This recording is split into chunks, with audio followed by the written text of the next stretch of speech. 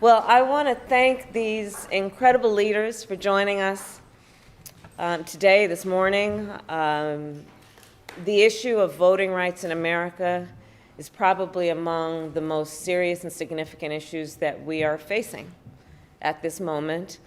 And voting rights for people with disabilities is one of our highest priorities in that context. I have asked these leaders to join me to provide us with insight, with advice, and with perspective on not only how these emerging laws in various states will impact our friends and our neighbors and family members with disabilities, but also I am fully aware that even before these laws started to most recently emerge, we still weren't doing a good job. And so that will be part of this conversation as well. And, but we know there are across this country, first of all, there are people with disabilities across our country. There are people who vote for a variety of issues, and this is not a community that is a monolith, just like no community is. But it is an issue when we think about the convenience for all communities of voting by mail. And when there are laws that are restricting or preventing vote by mail, what does that mean to the voters? What does it mean to the people? When we talk about the ability to vote early for every community, I talked about, anybody who's working 2 or 3 jobs, what that means to them. Let's see the people in terms of how folks live their lives and how will these restrictions impact the people's right to have their voice reflected through their vote. When I think about the laws that are being passed that are impeding on the assistance folks might need to register their vote, what will that mean in terms of restriction, suppression of the voice of the people? So these are the subjects that we will discuss today. And I will also add that our administration's executive order for March will improve accessibility, and that is a good step. So while there are many steps that I believe are going backward, there are some steps that are going forward.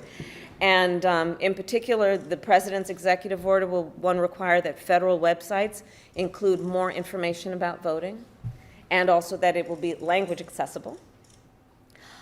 We are making sure that the federal voter registration form is accessible, that it is not bulky, that it is not incomprehensible. Accessibility, again, across the board. And we are going to require the National Institute of Standards and Technology, it's known as NIST, that they study barriers to voting for people with disabilities and provide recommendations. And then there's a very important component to this Friday on this topic. And I'm so glad that we're meeting before Friday, which is that we have issued a notice asking for input from people with disabilities to submit that input by the end of Friday, July 16th. And so folks can go to, I'm going to give you a website, www, because what would I be, a member of government without a website, but www.regulations.gov.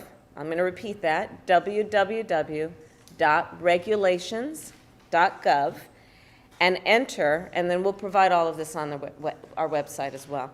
Enter uppercase NIST dash 2021, this year, dash, and then 3 zeros and a 3, 0003. And we'll get that information to everybody in another form as well, okay? So I will end my comments for now by saying again, thank you to all of the leaders who are convened today. You represent the experience, the life, and the voice of so many Americans whose voices and whose perspective must be represented in all of these rooms, at all of these tables. Because if we are truly a democracy, it means that we have a representative government that reflects the experience and the life of all the people in our country. And I think we have a lot more work to do in this regard as it relates to our fellow Americans with disabilities. So I appreciate you all, and with that, let's begin our discussion. Madam Vice President, do you have any comment on your conversation with the Texas legislators from yesterday? And do you know if the president plans to meet them? We had an extensive meeting. I had an extensive meeting yesterday with, I think, some of the most courageous elected leaders that we could know at this moment. I said it yesterday, and I'll say it again. They took bold, courageous action in line with the legacy of everyone from Frederick Douglass, who's over my right shoulder, when he fought for the right of black men to vote in America, to the legacy that includes all those women who marched down Pennsylvania Avenue for women's right to vote, to all of those folks who shed their blood on the Edmund Pettus Bridge to make sure that we would, in 1965, pass the Voting Rights Act.